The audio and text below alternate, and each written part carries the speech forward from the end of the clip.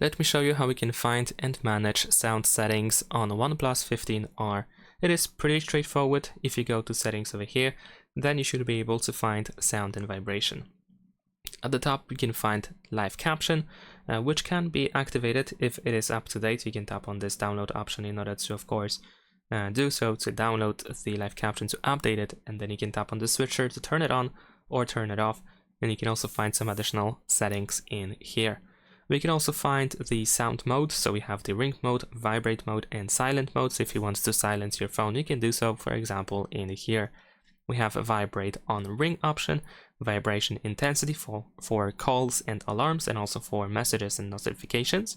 We can turn off media sounds in silent mode, and we can also find D&D mode settings, where you can also turn on and off D&D quite easily. Over here we have the volume panel, or volume section, where you can adjust the media volume, the ringtone volume, notification volume, and alarm volume. We also have the volume button function, so by default we use volume up and volume down to adjust the media volume, but we can also use it to adjust ringtone volume instead. And there is also the app specific volume option. We can of course change the ringtone. You can change ringtone for both SIM cards separately if you have two SIM cards, or you can just toggle the same settings for SIM number 2 as you have for SIM number 1. We can also find notification tone, so if you want to change notification sounds, then you can do so in there. And in more sounds, we can find some system sounds that you can toggle. We have the clear voice, which allows you to reduce the background noise during calls.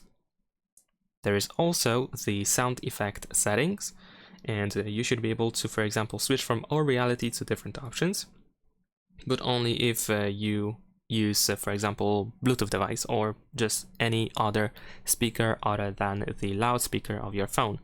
So if you have any speakers connected to your phone, then you should be able to adjust the sound settings. Speakers, earbuds, headphones, and so on.